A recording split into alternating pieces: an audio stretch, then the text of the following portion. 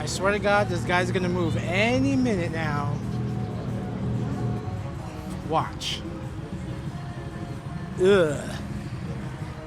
Ooh. Let's sit here and play with these first. I like the skull. Get the spooks out.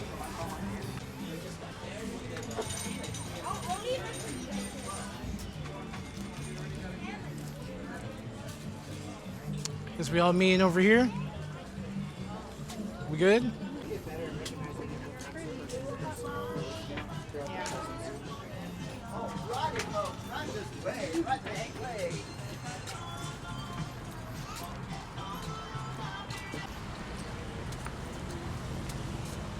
Right behind me is a church that was established by Father Hyde. And he was actually buried under the altar here. Now, he did hand off the church to Father Umbach, who we're going to learn more about later on. Now, he didn't actually get to live to see the church being built. It was actually finished in 1919 after he had passed away. But for our first story, we have an altar with a padre buried under. All right, that's the Immaculate Collection. Let's go on.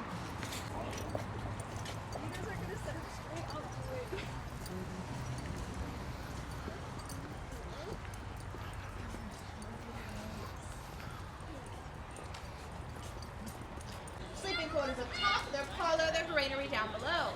This is actually the oldest standing building here in Southern California. Did you know just 3 years before Thomas bought this property, this is where Yankee Jim Robinson was executed.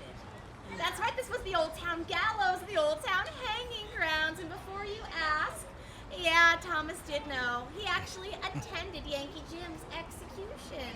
Now, during their lives, Thomas and Anna complained about someone stomping their feet upstairs. Yankee Jim Robinson is known to be the most active spirit here in the Whaley House. Many people say they see the figure of Yankee Jim standing on top of the staircase. Others say they see his face staring out this middle window. But while you walk past it later, if you see a face, as I said, there's a couple tours going on tonight. It's probably a live person. And it didn't, because when they died, Thomas and Anna also became ghosts here in the Whaley House. If it's Anna that's around, you'll get the smell of her lovely lavender perfume. Some have heard her playing the pianoforte in the parlor, unbroken for many, many years. But if it's Thomas that's around, Mr. Whaley, you'll get the smell of tobacco as if someone blew a pipe in your face. Some sense him in the parlor or his study. That the youngest spirit to pass away within this home is going to be Thomas Whaley Jr., who passed away at about 19 months old from scarlet fever. Many people say if you pass by the nursery, you can hear a baby crying. The most famous ghost known to reside here, Violet Whaley, the daughter of Thomas and Anna. Violet is an exuberant young child. There's no one she loves more than her sister Annie. And in fact, Violet and Annie had a dual wedding, and for Annie, it was quite a happy affair. She married her cousin. We're not going to talk about that. But they had a few kids. A couple lived to adulthood. Pretty standard back then. She asked her father for the keys to his study. He wanted to get some writing utensils from the lockbox. He gives her the keys. She goes inside. She opens the very last drawer of his lockbox. Oh, he forgot he gave her that key. The key to his handgun. She puts it under her skirt, along with those writing utensils, back to her room, the master bedroom they'd moved her to, and she begins to forge her suicide note. The next day at 6 a.m., the family's supposed to go to trip. She takes that suicide note, leaves it on her bed, goes down to the outhouse or the privy, closes the door, shoots herself in the chest. Now, to this day, they say that Violet Whaley, in her beautiful green dress, wanders about this very garden. If you didn't know, the Whaley House is one of the most haunted houses in the country. There are 33 spirits that reside here. Yankee Jim and Thomas Tanner and the Whaleys. But because of all those spirits, unusual things happen here all the time. Gunshots ring out, unexplainable noises, so naturally the cops are called constantly, but they know better. They know if they extend the Whaley House, they're not going to find anything. It's like a wild goose chase. So it's more of a hazing ritual for their young rookie cops. They're kind of like where the. You think that's about? You're good for this tour. I love. We got some more stories like that. She said she shot him in the back, right there. And you see that puddle of water? It was just like that, a puddle of blood. And I was standing right here when I got bit. This cemetery holds 477 bodies. Can you believe that? They kind of squished them in there, didn't they? Oh, no, they didn't. No, in fact, what happened was a trolley was going to come through town, right? This cemetery went all the way out this way, and all the way out this way, and in that direction too, and then even in the back. But what they did is they just left the bodies and built a trolley track right through town. So it looks like it's this small, but you saw those little markers down there? Those are bodies. You see, they had a school come out here and use some electronics to find out where those bodies are. Now, they didn't pull them up, but what they did is if you see right there on the sidewalk where it says grave marker, that is a body. It goes all the way in that direction. But what we're going to do is we're going to head inside into that direction and check out the bodies that we do have some great stuff going on.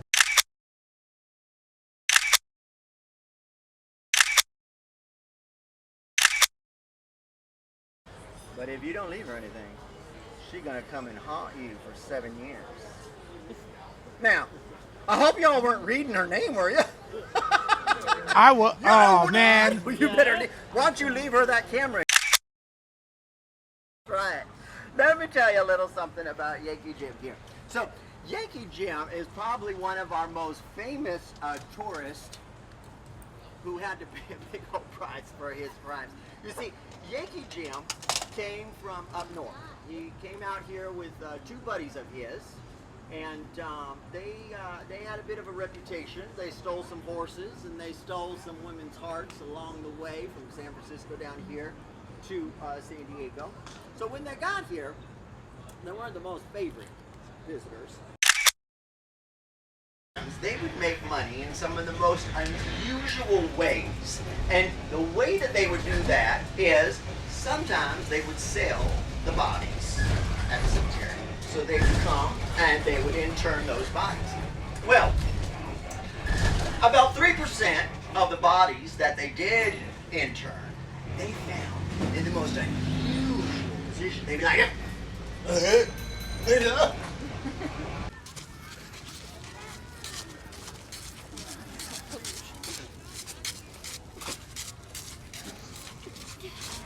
did we forget our lantern? We forgot our lantern, huh? It's okay, we have our phones. You have your phone. I know.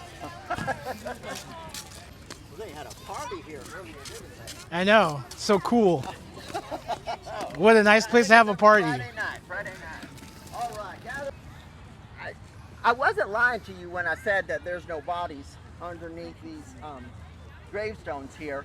But you see, these gravestones were actually found close by here because they ended up belonging close by here. They were part of a cemetery.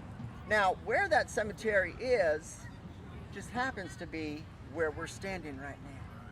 Because if you turn around and you look at all these hills that everybody just watched their concert and were dancing their little booties off, this is actually where Calvary Cemetery was, and they ended up turning it into a park.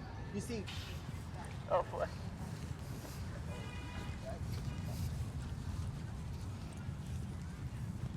Now, don't forget to watch your step, Remember, it's bumpy. Now, because they... Maybe, I don't, well, he was the judge, so I really hope he Yes, right. Right? So, this is the man who shot Juan Mendoza. And then this is the sheriff that I was telling you about, McCoy, right here.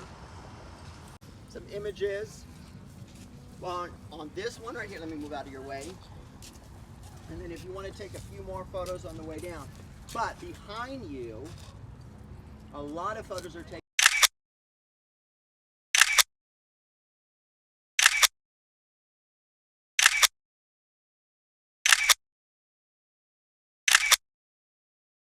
Definitely her curse. But don't feel too bad for her because she was offered many, many hands.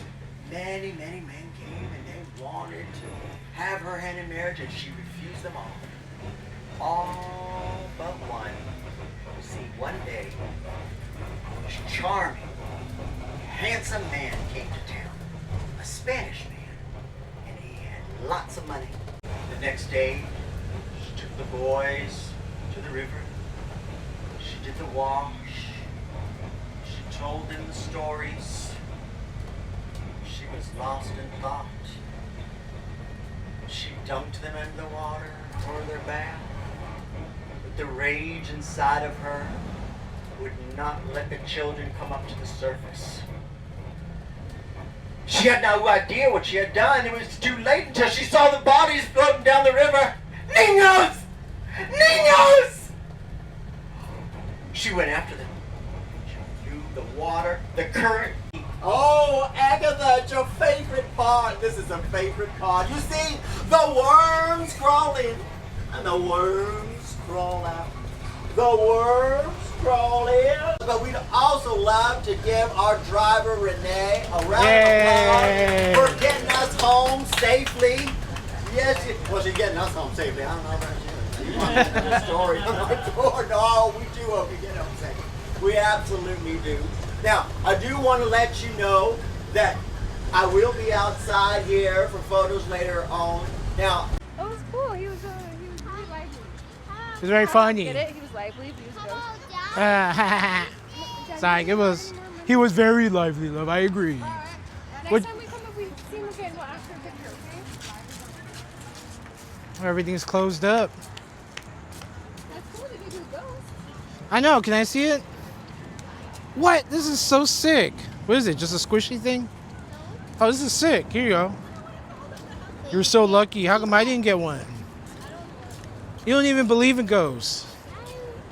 I believe in ghosts. Did we find Casper today?